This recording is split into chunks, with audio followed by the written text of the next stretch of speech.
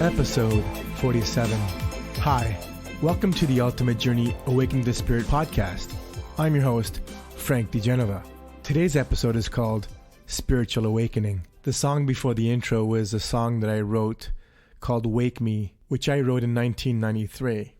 I feel it's a perfect segue to open up this podcast. Now, what does spiritual awakening mean? We wake up every morning from our sleep in dreamland.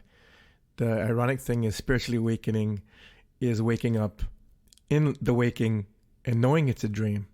That's the whole thing with that. Now, I have a special guest today that will share her experiences of actually waking up from this matrix. I spoke about the matrix, in an earlier podcast.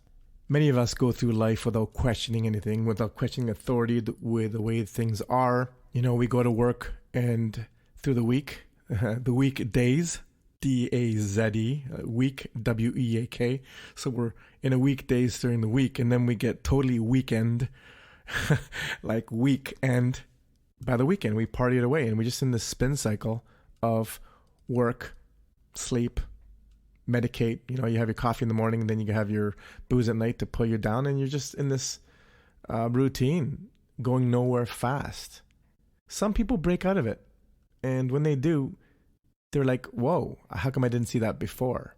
Because once you awaken spiritually, knowing that we're living in a controlled system of illusion, of, you know, it's called spiritually, or just the routine and the monotonous and the mundane and the repetitiveness of all, you're like, what the hell? I'm just wasting my life.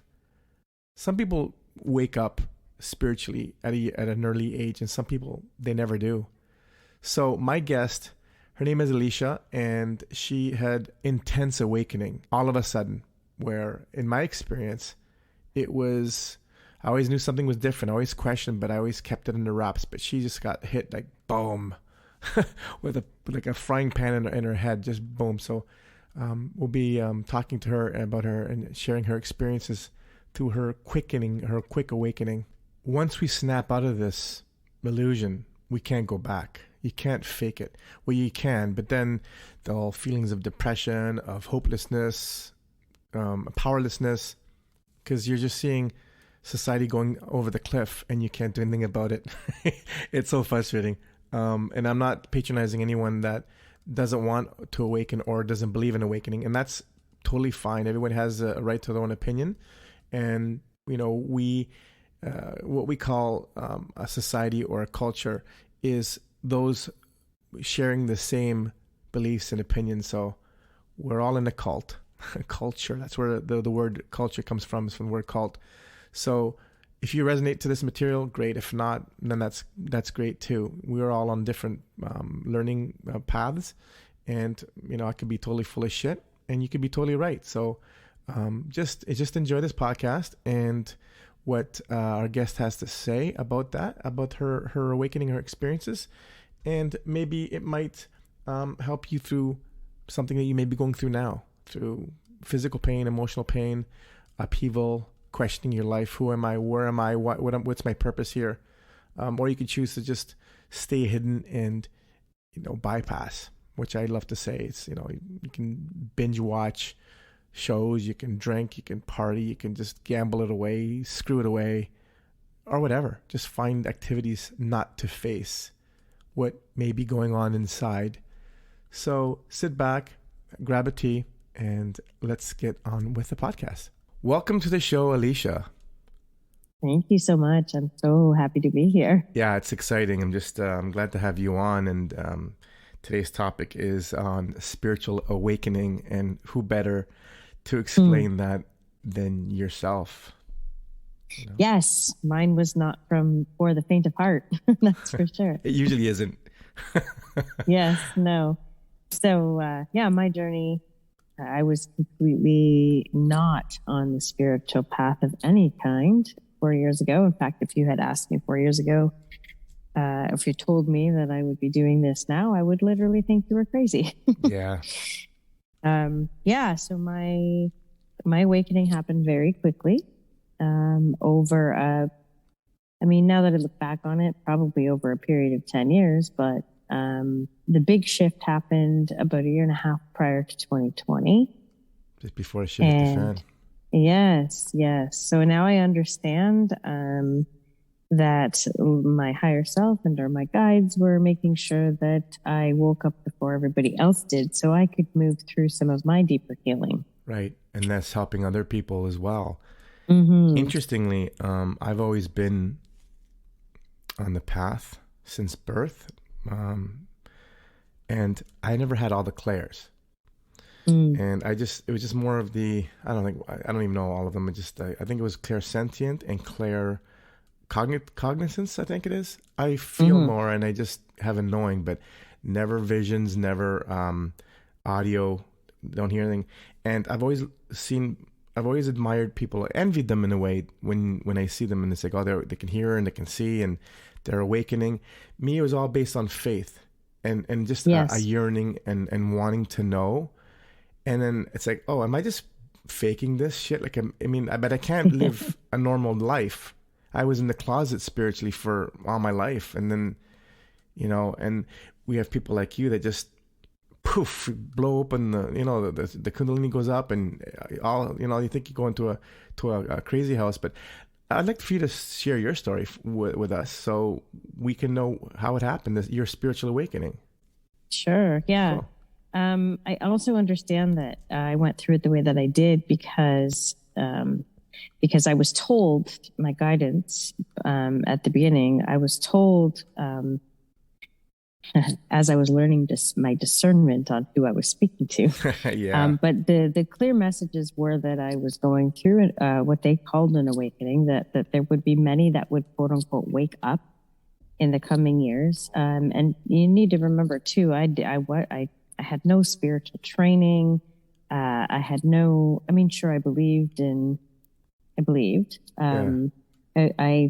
I just really was, I was just living, and not tuned in. I always knew I felt things. I always knew, even as a child, that I could feel energy in homes and places I did not want to go. I would viscerally feel I didn't want to be there.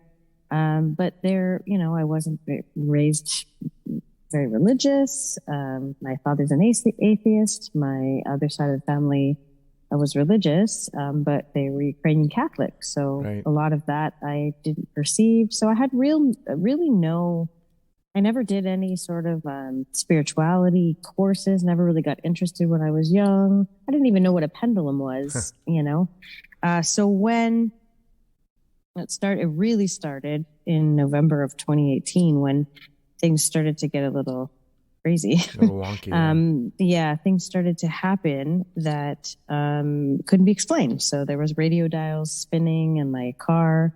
And it wasn't just me. My son was sitting there too, and it was happening. And it would land on a song, and then all of a sudden, or it wouldn't stop moving. And it would, basically asking me to listen.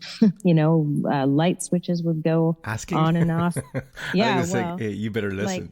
Like songs would, come on, and I was always very connected to songs. I have a strange gift as well of knowing the lyrics to every song of every genre of. I'm the opposite. So so when they would play, I wouldn't know necessarily who sang them, but when a song pops into my mind, I could then play out the words in my head and sort of understand.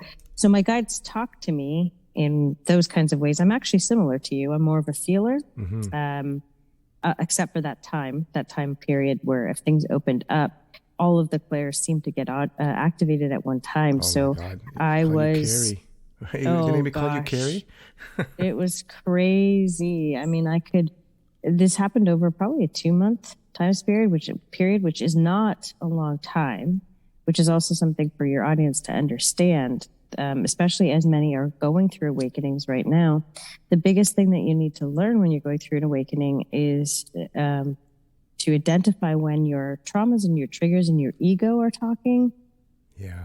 Compared to, your guides or your higher self. Now, the biggest lesson I learned at that time, through the help of one medium who got what was happening to me. So I'm very grateful for her. She said to me, and this pretty much saved me through the awakening process.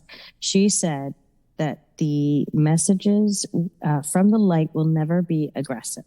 The light, is the one thing that she said to me that I held on to. There were a couple other really guiding forces to me.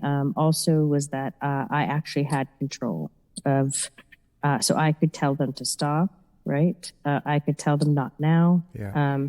And I also really, really needed the assurance that the light was stronger than the dark.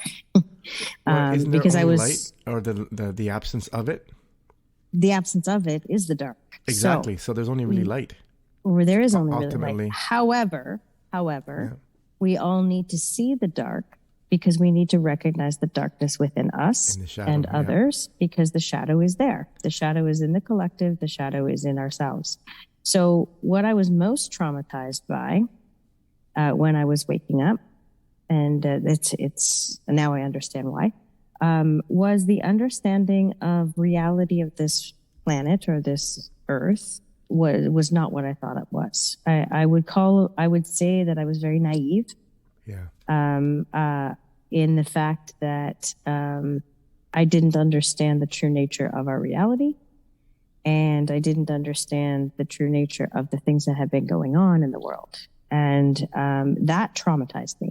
Yeah, and on top of whatever you had before, and even people that have been awakened or are awakened, still the matrix or the Maya or the illusion is so strong that you get sucked right back in and get triggered. Oh yeah. And that's even for people that are unawake, they got no hope and there's no chance, right? But even when you become aware, you still slip in. So yeah. Yeah. Yeah. So it's a very important part, and kind of what I really like to focus on while, with my work in helping people with awakening. It's not even just awakening. I do work with, as you know, people that have been awake all their lives, because we're in a different time. This is different from this is a different time.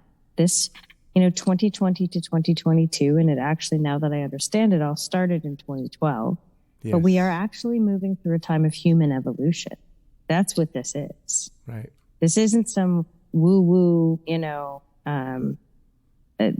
sort of like, oh, I am now a spiritual, this has nothing to do, in my mind, on spirituality. This is literally human evolution. Yeah. And it's an evolution of our consciousness and understanding who we are. Yeah. And it's very fast. It's very fast.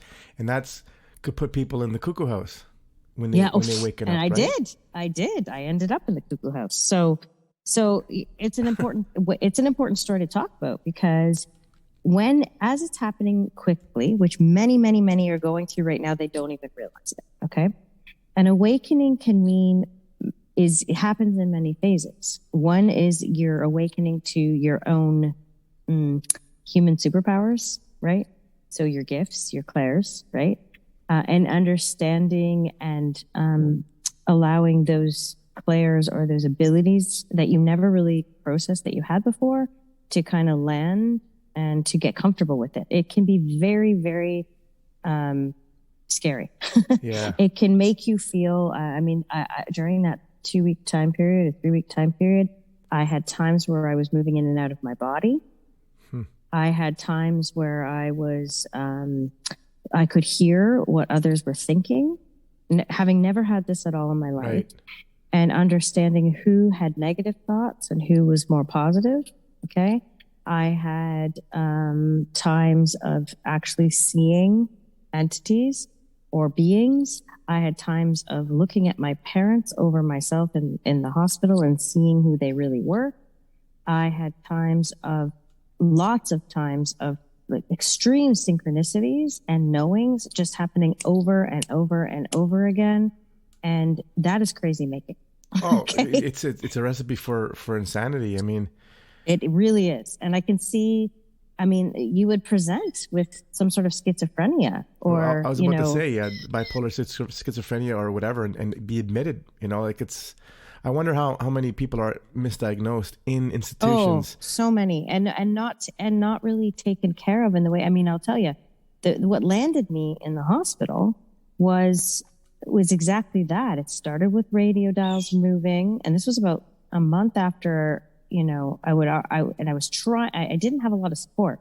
So there was one medium who could not be at my side all the time. Nobody else understood what was happening to me, including myself. Yeah. Right. So it's not as if there was anyone going, oh, it's okay, you're just going through an awakening. Drink lots of water, make sure you rest. Yeah. Don't take it too seriously. Don't sit and stare at your pendulum all the time. Right. That's, it's right? Exactly. And the thing is, I've learned pranayama, meditation techniques, breath control and that. And right. I was I was warned, and that's probably why I kind of throttle my practice sometimes, is when you're using pranayama, they're saying, don't get the kundalini up too fast because you'll short circuit your circuits because you're not ready yet. And I know people that they do the fire breath and they force the pranayama, the kundalini up, and I'm always like, I don't know, not so good idea, right? It blows everything open, and then you're in an institution diagnosed with schizophrenia or whatever. Right. But you're just opening up a doorway. Your pineal gland just blows open. You're like, what the fuck's going on here? So that is what was happening to me. But it presented as all of these, and so then there was part of me that was calm and understood kind of what was going on. I don't know how, but I did. And I was able to kind of, with the hints and little pieces that I got, I was able to sort of at least like almost self-talk my way. But once it got really bad, the other thing is, again, when you're going through, as you described, the kundalini, you don't have a kundalini or a massive quick awakening. You don't have the tools. So I wouldn't have understood how to, I didn't, I had no breathing techniques. I never meditated. There was like baptism literally by fire. Totally. Jeez. Totally. Yeah, it was fire, let me tell you. And the other thing that happens when you're going through something fast like that, and which many, I want to say to your audience, many are right now. This is why I went through what I went through, because I was told many were going to go through this fast now. People like you, although I can't imagine, and I hold so much compassion for you living your whole life awake with so many that weren't, I can't imagine being awake, it was that whole time. It was I can't even fathom. Yeah, and the thing is, I can empathize now with the LGBTQ plus community. Yeah, because it's like I had this facade of this rocker party animal, and I was hiding. And the thing is, I wanted to share too is, whoever is going through an awakening, it could be so to the point where forces you to drink, to do drugs, to do your escapism, your repression, your bypassing, and for an example, like yourself, you had that about 2 months ago. I've had my first clairaudience. That's when you hear, right? Mm-hmm. So I was just sitting in my kitchen, and I had shut off my I have a Sonos speaker, and I had shut it off for about maybe 5 minutes, and I heard a woman's voice in my house saying, "Can I come in?" And I'm 54 years old now, and I've studied all this spiritual stuff, whatever, and always wanting to have experiences, meditating, looking for visions and hearing. When I heard it, I'm like, the hair went out on my arms, and I thought, okay, my immediate answer was, if you're benevolent, yes, but if you're malevolent, you can't.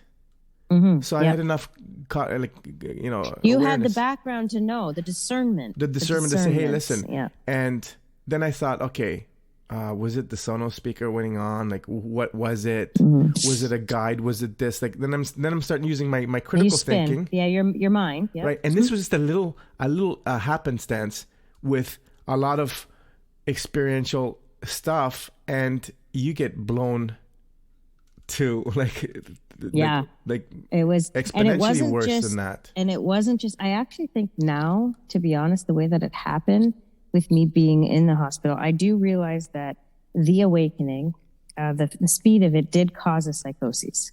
So I want to be how can it not? Exactly. So, and there's always the shame around mental health, right? And so I'll tell you how I got there. So I was doing all right. I was managing it. I had a little bit of support, but really not a lot. The one medium that was making sense to me, that's giving me the information I needed to know. At the same time, she was also explaining the reality of the world that we are living in, that we don't need to get into here today. But as part of an awakening at this time, you will be exposed to the reality of the systems in the world, the governments, the media, everything that's happened in our world to quote unquote control us. It's cracking now. There's leaks, big leaks now. You can see. Yeah. So the reason why that these leaks are here now, I mean, when this was happening to me, I couldn't find it. I'm a digital marketer by trade, right? Like, it's very easy for me to find information. And, the only thing I could find was the conspiracy theorists, so it was very confusing. You do think you're crazy, right? Yeah. But I was learning because I needed to understand. We need to be able to shine light on ourselves and our own traumas and triggers and patterns. And we also need to look at the collective.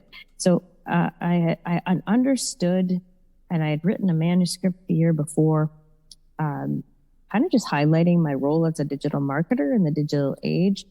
And the thesis ended up becoming, I didn't think it was going to be this, but it ended up becoming that it wasn't the technology that was holding us back, or it was the humans, that we were stuck in systems that didn't work. Yeah.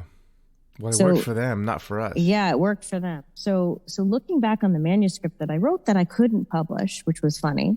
Now I know why. Yeah. The world wasn't ready for it, right? Mm-hmm. And so that was kind of the precursor to everything. But then when I started actually having the awakening, they're probably like, okay, at least she's ready. Push her off the, Then it was the symptoms of the awakening that really tripped me up, was not having the tools. So not having the discernment, not knowing that what happened to me, that led to the psychosis, or to that sort of escalation, was all of the clairs happening at one time. So I don't know if it was like a merger, because I didn't have these gifts before. I didn't. Mm-hmm. I would say I was a feeler, but you've seen how my pendulum flies. Oh God, I've never seen that in my life. I mean, the things that I know, I can't possibly know. It's very strange to be the human witnessing yourself going through like a complete evolutionary shift in like a matter of a month. But at least you disassociated from the vantage points. People will, because of some beliefs that that you were just witnessing that. People won't witness it. They're immersed in it. But then I became immersed in it. Okay. Because it was too much. Yeah, it was too much. It consumed you. So the radio dials were going. This all happened within an hour. I couldn't remember how to drive my car.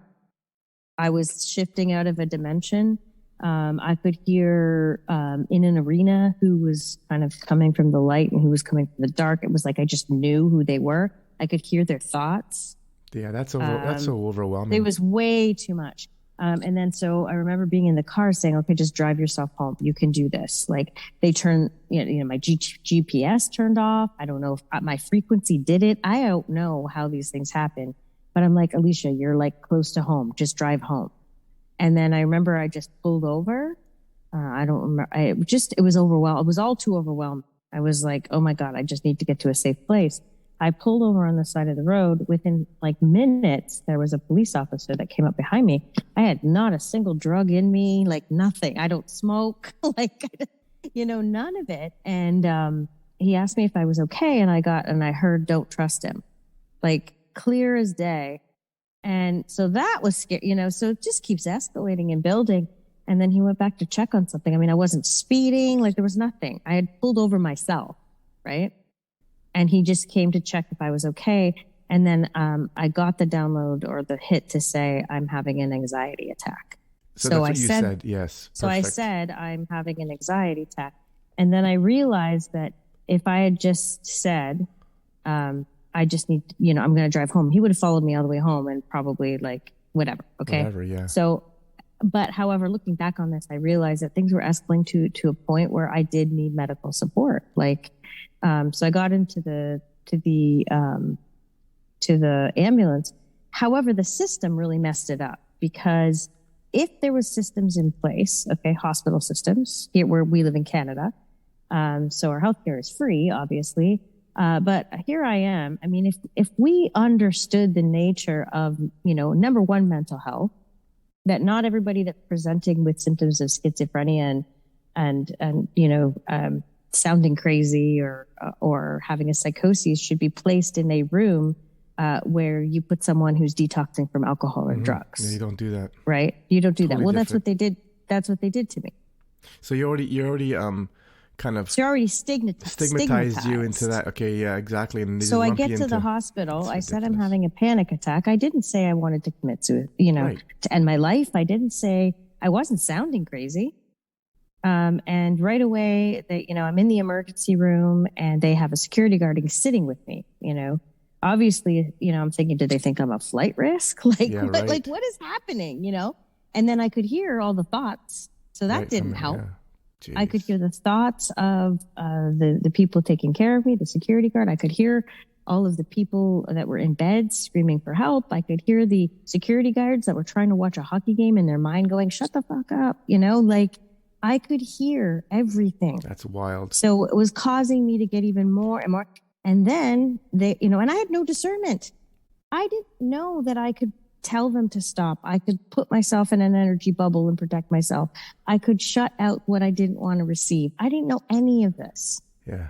So then they put me, so the next incorrect move, and this needs to be talked about. This needs to be talked about. Absolutely. And I'm glad we're talking about it because it definitely needs to be.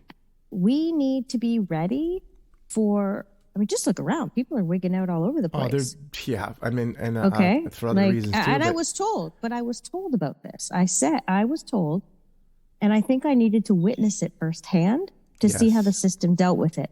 Not only that is the stigma around, I was only in the hospital for 4 days, which I needed, and I did need something to calm my brain down. I did have a psychosis. All I did was sleep. I ended up having fax visit my home to make sure my kids were safe in my home. I ended up having my license taken away from me. Remember, I was not pulled over. Right. I had no drugs, no alcohol, nothing in my system, no previous record, nothing. I was put in a crazy room. And so then the fear starts to happen. You're in this room. And then, of course, the vision started. And then that is when your dark thoughts will take over. When your frequency lowers, yes, absolutely, and you don't know what's going on, the dark thoughts, whether you want to believe they're entities or not, but I need to tell you that there are dark entities, okay, you guys? There is satanic, demonic, they're real. But if your frequency is high enough and you are healed, they can't go near they're like you. Mosquitoes hitting that they light, really are. Zapping out. But when you're in it, they're like, there's fresh meat right there. They're just, and they go having after a party. you. Were you medicated during this? Yes. So they gave me something in the hospital. But again, the stigma or even being placed in that room for observation, they put a smoking, one of those bands on their arms for people that need a cigarette smoke. I didn't even cigarette smoke. I did not to be put. I didn't need to be put. I wasn't going crazy. I wasn't saying things. Nothing. I know a woman that actually had a similar experience to you, and that she wasn't awakening, but maybe she was, and they just took her away and already it's almost I don't know if the cuckoo's nest, one flew over the cuckoo's nest. You go in there normally. Yeah. And then they have their way with you, and they, stigmatize everything they live, and then you're really crazy because you can't make. I was only in for 4 days, and I still had to deal with getting my license back. Jesus. And the systems that I had to, the ropes I had to, and that was all a system error too, because I was never supposed to have my license taken away because I went to my doctor, as the system tells you, to get the okay that you can drive, that you're not going to have an anxiety attack. Nothing medically was proved. I had no epileptic nothing happened.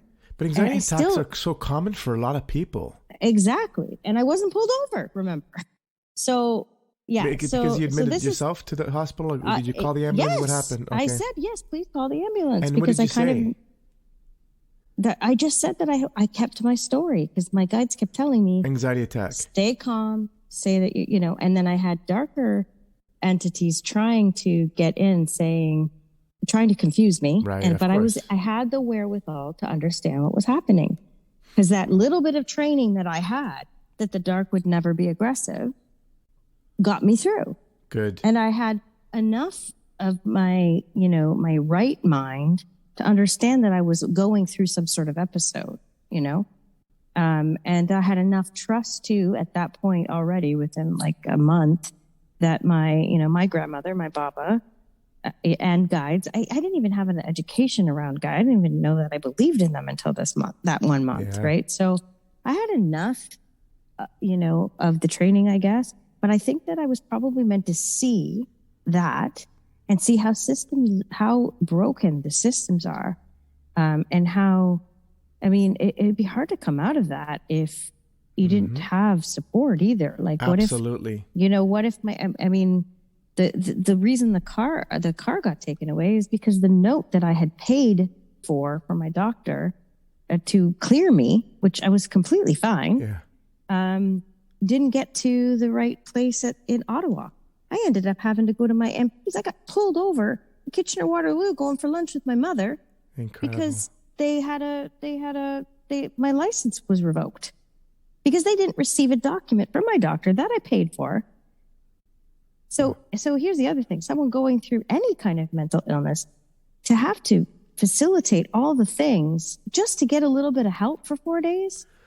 So let me ask you this. This is getting kind of a little bit of esoteric-y and kind of weird, tinfoil hatty.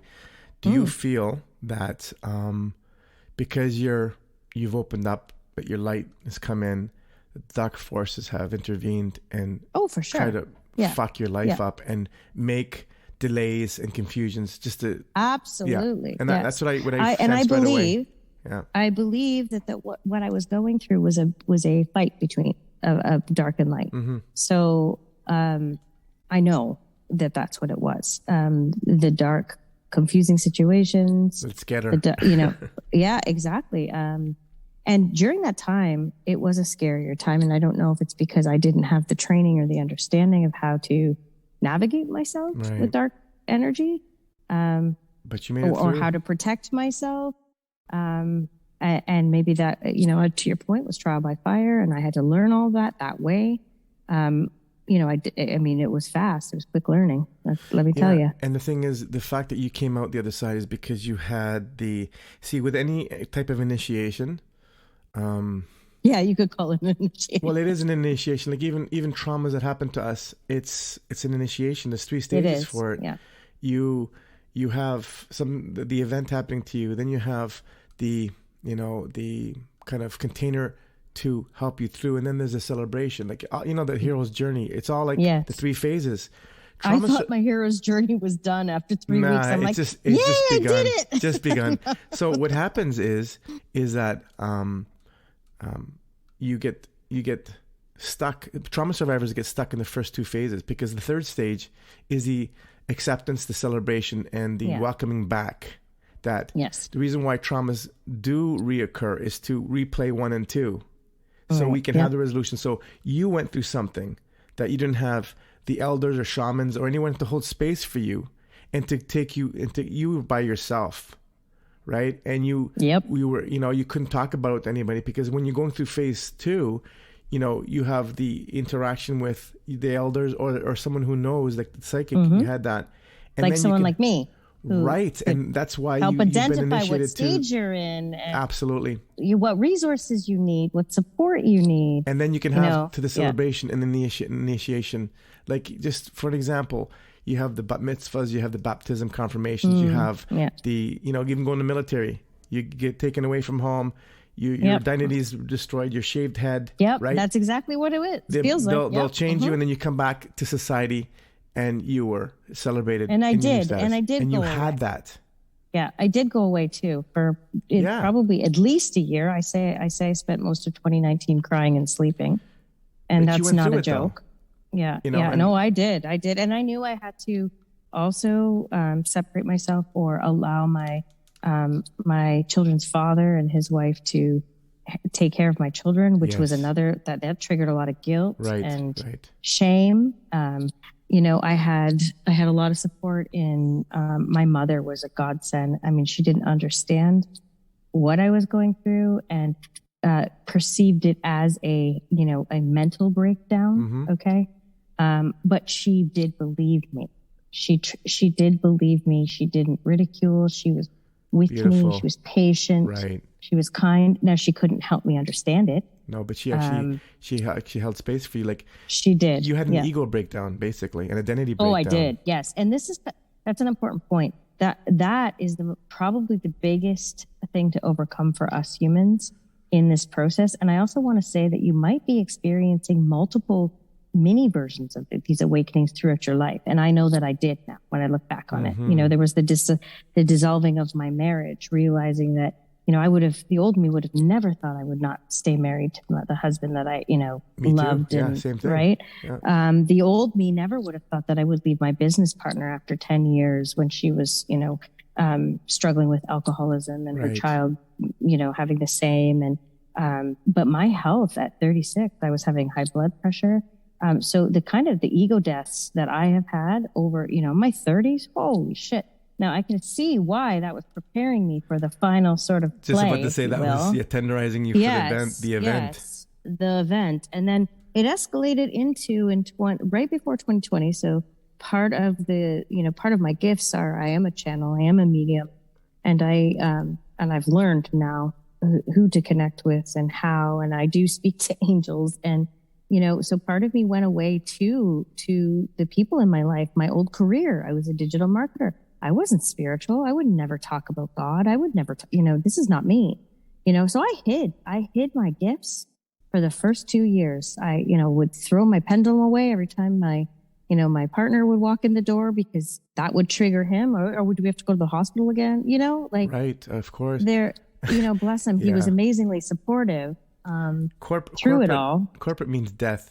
Corpus. Yes, right? But I had to, and I was an entrepreneur within that. So I had freedom. I had a great career. I was a speaker. I mean, but all that had to so back to this, the point is the ego deaths. Okay. All of that had to go so that I could just find who I am at my core.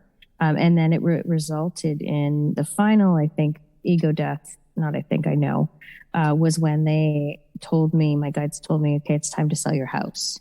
So I'd been single for 10 years, maintaining this home, and Ontario is not cheap. And finally they said, and I think it was part of the unraveling from the matrix, they're asking me to trust myself, to trust them. And so I did it. I really held on to that house as like, my pride, that I still own a house for my children. And so I finally did it. And guess what day I closed and moved into my rented new home with this beautiful backyard that I manifested, beautiful. Yeah, including nice. a hot tub. Okay. Something that I could afford that was smaller and more reasonable for me to handle. And guess what day I moved in?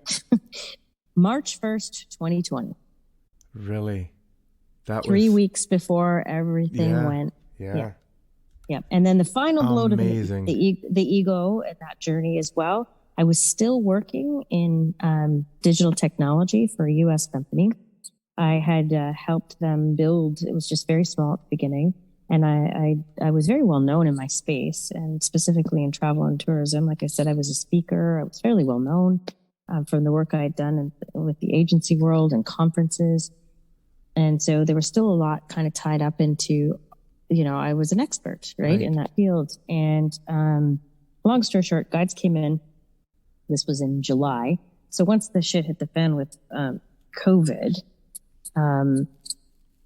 things obviously changed. But the reason why I was told the day before that I was going to get fired. Really? Your guides told you that? By my guides. They said, you're going to get fired. And I was like, what? What?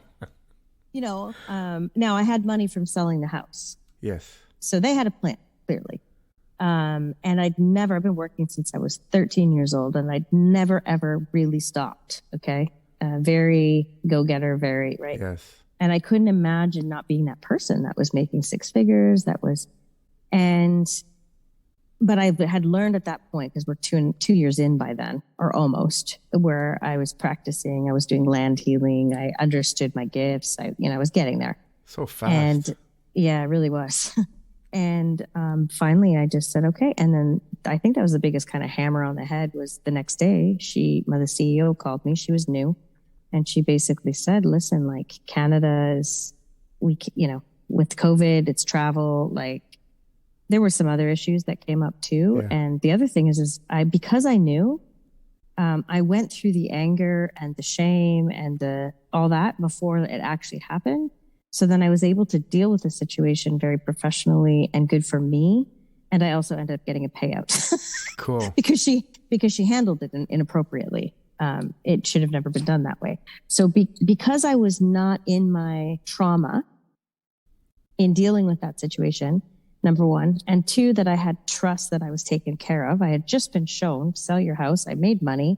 I found this perfect place that I manifested that I didn't worry about, right? I was in such a great place. I had some money aside. And then within a day, I was over that. And then they said, okay, now you're going to be the student. And I'm like, what? What are you talking about? And they were like, you're not going to work for like the summer or longer. And I'm like, from 13 years old to now, it's like, okay. What do you mean I'm not going to work? How am I? What? I can't just eat through. I mean, I got to put this away. What am I going to, I that fear started kicking in. Right. And I never got CERB. I never did any of that because I had, but I got the payout and I had my money from the house and I did it. I took 7 months and just healed and flowed and listened and learned and took allowed them to teach me. Amazing. You're open to that. That's great. Yeah. So that's full on surrender and ego death right there. And then that's the word there, surrender, true surrender. Yeah. That's amazing. Yeah. So that's pretty much my awakening story. That's wild. I was just, when you were talking about driving, I'm thinking, some people have to just worry about drunk drivers. Never mind awakening drivers. Never mind awakening drivers. Yeah. So back to what we were talking about. This is real, you guys, and we are moving through it. At this time in the world, we've got solar flares happening. Mm-hmm. We've got timeline shifts happening, and a lot of people will just sort of, those that are not aware, will just chalk it up to mental health and to what COVID has done to us. And I would invite anyone listening to this to look at COVID as an opportunity, that time that we've had, instead of looking at it negatively. There's a lot of things to look at from that side. But I would encourage everyone to recognize that time that we had to slow down and to, find ourselves again. And if you haven't done that yet, I invite you to do it. I invite you to, recognize when your ego or your mind self is saying, no, you can't do this. How are you going to pay the bills? Right. And I'm not saying everyone can do it. The thing is, when the COVID first happened, a lot of people can't stay still. They can't be quiet with their thoughts. So, alcohol consumption raised, the mental health, all the stuff that's the reports are out. Domestic stuff's been happening. Marriages, and because the distractions are gone now. You were at home stuck. So now what? Binge streaming services, indulge in more bypassing substances. But when that doesn't work, then we're really faced to really deal with and face what we need to. But, people are masters at the bypass, and, they're the ones that are in trouble now. Yes. And then what also, to add to that, is what I understand now is once you've bypassed long enough, you will be stopped. So you will be stopped? Yeah, you'll be stopped. So your guy, you will, these things, whether they're emotional traumas and triggers or spiritual, or they will manifest into physical. They will manifest into diabetes, into cancers, into high blood pressure, into, and we all as humans, as part of, back to my original comment about this actually being about human evolution, that's what it is. And it's time for us to wake up to who we really are and to realize we're not just these physical bodies plugged into this, that we've been so disillusioned. Yeah. Right. And we got to wake up and unplug. We have to wake up. We have to remember who we really are. We have to give ourselves the time and the space, and the resources. None of us, there's so much, especially women, gosh, the guilt that we carry, and I've got to do everything for everybody else first before that's the number one rule. Yep. Is, that I would recommend for everybody is to work on that first, is your ability to listen to yourself and love yourself and give yourself what you would give everybody else around you, your children, your husband, right. your wife, especially women. Women really, really struggle with this. It's like the proverbial oxygen mask in the plane. You put the mask on yourself first before you can help anybody else. I mean, it's a cliche now. It's been overused, but still, that's what Which is very annoying that some of these things have been overused, like the word self-care. Oh God, that word just drives me nuts. But the truth is if you don't understand it and you don't master it, you're not going to make it. You're going to be stuck with your high blood pressure and in bed. This is not going to go well for you. Right. I mean, I've spent most of my life bypassing because I know that very well, and I can't do it anymore. No. And you know what? And also to honor that process too, because, I just had a client this morning actually, and she is just brilliant. I've been working with her, for, I call it shift 33. So 33 days of shift, nice, yes. Where we work on her specific, so she's presenting with, extreme body pain since 2 weeks after she retired. And, so my process is to help her understand where this body pain is actually stemming from. And it comes from many different places, but part of it is to heal her, but also part of it is to teach her that a lot of that body pain and we can map it and figure out where it is and how that relates to what the original trauma or trigger is. But part of that process is for her to stop, slow down, and listen to her body. And instead of going into reactive mode, to give herself a moment and honor that pain and then listen to it, and listen to the emotions that come up, like anger and irritation and frustration, shame and guilt. And to, this is at the core of my work now, right? Is to have people slow down like I was forced to very quickly. Yeah, you let the wall hit you. Right. And, as long as you do the work, it's not going to hit you over the head like that. Right. It's as long as you can show up for yourself, and if that means just reaching out for help and asking somebody, or if that means, there's so many ways to do this. So where can people reach you? This is time for you now, Alicia, to say what you do, where they can reach you, where they can contact you. And thank you so much. It's been such a wonderful conversation. Yeah, I really for sure. appreciate it. And I'm so impressed with all the work that you've been doing. And this podcast is hoping that it just reaches as many people as possible, because the world needs to hear this information. It's going to reach whoever it needs to reach. And those maybe plant a seed to those that are not ready yet, but maybe soon, That's right. Yes. So you can reach me at my website, awake-and-inspired.com. Got to have those dashes.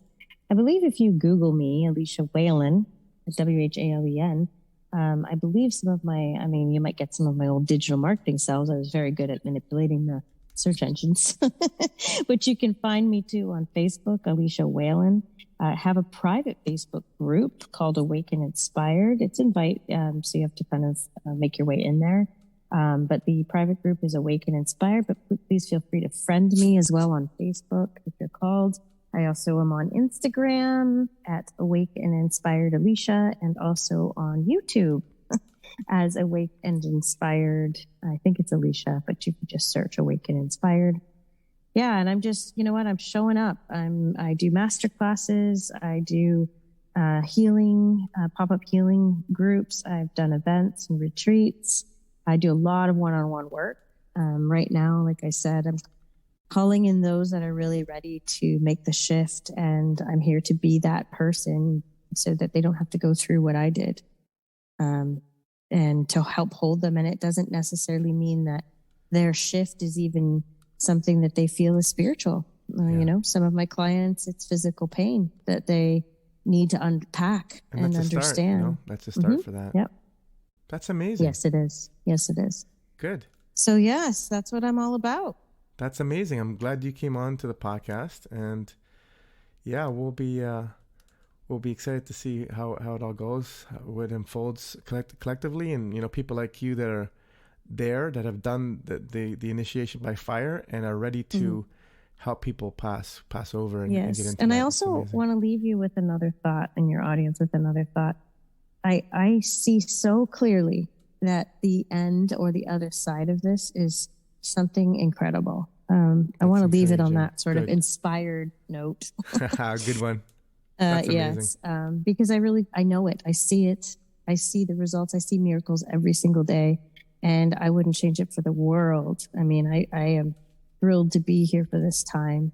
And if you're here, so if you're listening to this and you're here for a reason. Absolutely. Alicia, thank you so much for joining me on the Ultimate Journey Awakening to Spirit podcast. It's been amazing. So thank you. Thank you so much. Maybe we'll do this again. Sounds good. All right. Thank you very much. You have been listening to the Ultimate Journey Awakening to Spirit podcast. I'm your host, Frank DeGenova. Thank you for listening to the Ultimate Journey Awakening to Spirit podcast. Join me again next time for more spiritual talk. You can reach me at info@theultimatejourneyawakeningtospirit.com. And you can also visit my website, theultimatejourneyawakeningtospirit.com.